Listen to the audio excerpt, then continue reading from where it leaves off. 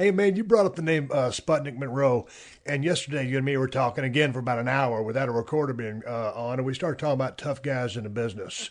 I've always heard that Sputnik Monroe was a tough son of a bitch. Is that true? You want me to tell you the truth or you want me to lie to you? Yeah, shoot, straight up. Sputnik was tough in a wrestling context in that he would take the hard ways and he would take the bumps, and nothing was going to fucking prevent Sputnik Monroe from trying to steal the show and have the match of the night. But as far as probably as he was a tough, he fought when he was young in the carnivals and he got in that way. As far as wrestling, he probably couldn't have tied a knot, much less tied up anybody into a knot. But he had that personality. And so as far as actual wrestling was concerned, no, he was not going to give Danny Hodge any runs for his money.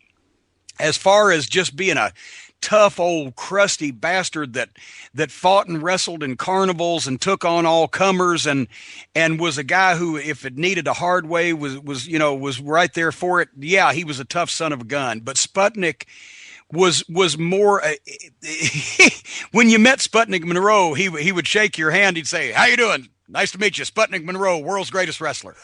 Sputnik Monroe, the Diamond Ring and Cadillac Man. There's an entire chapter in my book that I sent you, Rags, Paper, and Pens, available at jimcornette.com, about Sputnik Monroe. He still holds legendary status in Memphis. His boots and robe are on display at the Memphis Rock and Soul Museum. Not only because he still to this day, despite Jerry Lawler breaking the consecutive sellout record in the Mid-South Coliseum that Elvis Presley set, despite Lawler being the king of wrestling in Memphis, still to this day, the most people ever to see a wrestling match in the city of Memphis, Tennessee, came to see Sputnik Monroe. And his match with Billy Wicks at Rustwood Park in 1959, his program with Billy Wicks, the hometown hero, was so hot, and that's when they first got Memphis TV, the Memphis TV that's recognized as the lineage up to the glory days.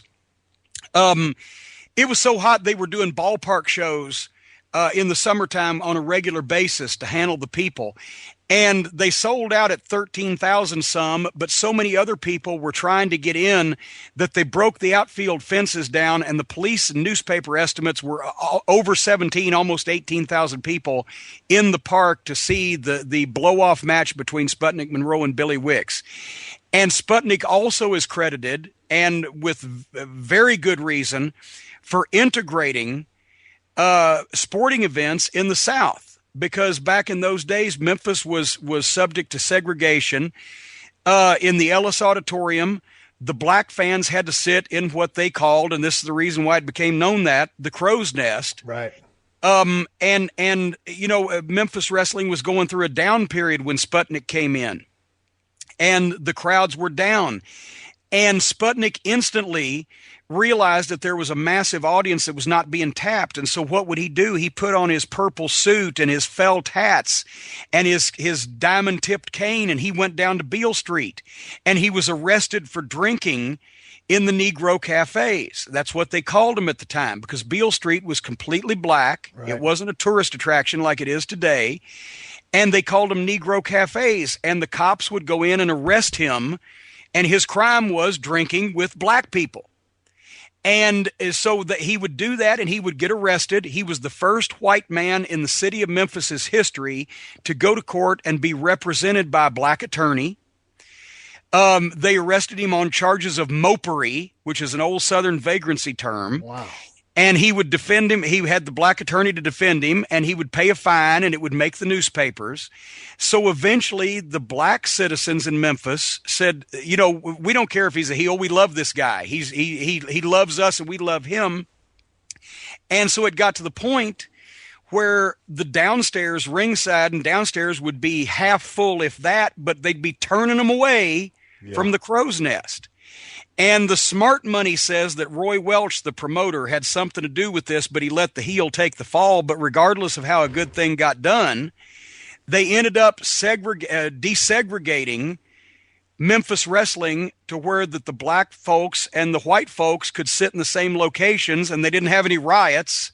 And as a result of that, it spread to the other sports. So Sputnik Monroe, for all of those contributions, is commemorated in the Memphis Rock and Soul Museum as for his part in not only being a cultural icon in Memphis, but also desegregating sporting events in West Tennessee. Oh. And one more Sputnik story. You're going to love this. Oh, Greg, go for it. After he'd drawn the biggest record crowd in the history of Memphis wrestling, and after he had boxed Jersey Joe Walcott, and after he'd wrestled a bear, he said, what else can I do to get some publicity? So Sputnik's hometown was Dodge City, Kansas.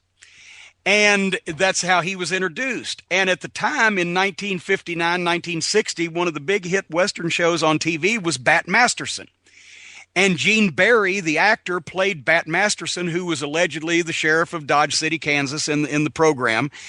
So Sputnik got the idea that since Gene Barry was going to make an appearance at the Mid-South Fair and Rodeo that year, that he would go to the Mid-South Fair and Rodeo. He would go up on stage, crash the party, and punch Gene Barry in the nose and get on the front page of the paper.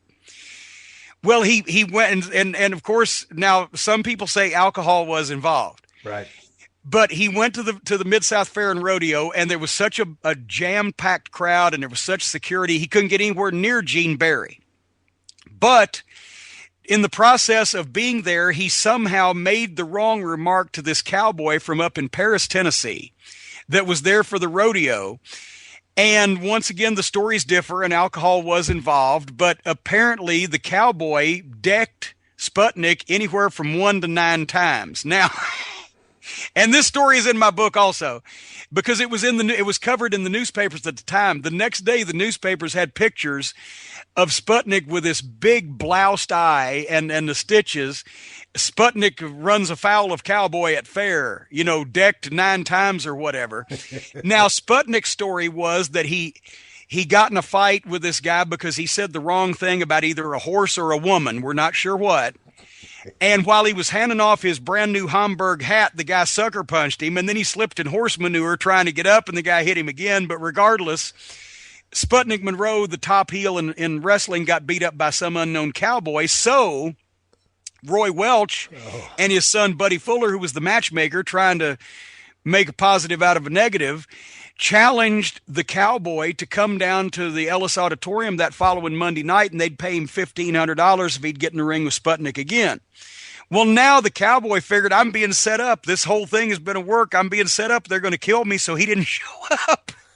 So Sputnik and the Cowboy sold out the Ellis Auditorium for a match that was never going to happen to begin with, and they brought somebody else in that they said was from Paris, Tennessee, that was a friend of the Cowboys, and Sputnik beat him and got all his heat back. And at the time, Jesus Christ, commercial appeal on a daily basis, because everybody in town, you can go back to that period of time, the late 50s, early 60s, and Sputnik's gimmick was he had a bleached blonde spot in the front of his hair. Yep.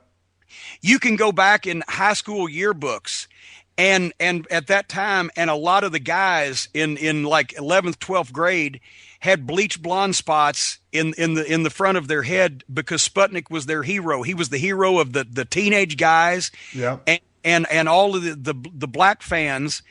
And he used to say, he said, the white people may not like me, and the establishment may not like me, but all those people, their black maid that's raising their kids, they love me. So I've got the kids and I got the blacks, and that's all I need. I'll be damned. And to this day, if you mention the name Sputnik Monroe in Memphis, second only to Jerry Lawler, you will instantly, everybody knows who you're talking about.